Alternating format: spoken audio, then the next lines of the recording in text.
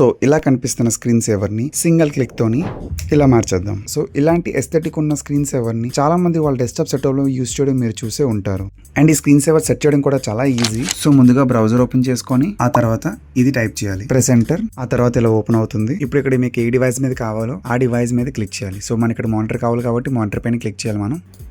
ఆ తర్వాత ఇలా ఓపెన్ అవుతుంది. ఇప్పుడు కిందకి స్క్రోల్ డౌన్ చేస్తే ఇక్కడ మీకు 2 ఆప్షన్స్ కనిపిస్తాయి. ఒకటి మ్యాక్ కి, రెండోది విండోస్ కి. సో మీది ఏ ఆపరేటింగ్ సిస్టమ్ అయితే ఆ ఆపరేటింగ్ సిస్టమ్ కి డౌన్లోడ్ చేసుకోవాలి. సో ఆ తర్వాత ఇలాంటి జిప్ ఫోల్డర్ అనేది ఒకటి డౌన్లోడ్ అయితే అవుతుంది. దీని మీద రైట్ క్లిక్ చేసి ఎక్స్ట్రాక్ట్ ఆల్ అనే ఆప్షన్ మీద క్లిక్ చేసి ఎక్స్ట్రాక్ట్. ఆ తర్వాత ఇలాంటి ఫోల్డర్ అనేది ఒకటి వస్తుంది. సో దాన్ని ఓపెన్ చేసుకోవాలి. ఫోల్డర్ ఓపెన్ చేశాక సెంట్రల్ ఉన్న దాని మీద డబుల్ క్లిక్ చేస్తే ఆటోమేటిక్ గా స్క్రీన్ సేవర్ అనేది అప్లై అయిపోతుంది. సో ప్రతిసారి ఈ ప్రాసెస్ మొత్తం ఫాలో అవ్వకుండా జస్ట్ సింపుల్ గా ఈ యొక్క డెస్క్టాప్ షార్ట్ కట్ క్రియేట్ చేసుకొని మీరు స్క్రీన్ సేవర్ అనేది అప్లై చేయొచ్చు. సో ఇప్పుడు మళ్ళీ అదే సేమ్ ఫోల్డర్ ఓపెన్ చేసుకొని సెంటర్ లో ఉన్న దాని మీద రైట్ క్లిక్ చేసి షో మోర్ ఆప్షన్స్. ఆ తర్వాత సెండ్ టు దీంట్లో డెస్క్టాప్ క్రియేట్ షార్ట్ కట్ ఉంది కదా, సో దీని మీద క్లిక్ చేసుకోవాలి.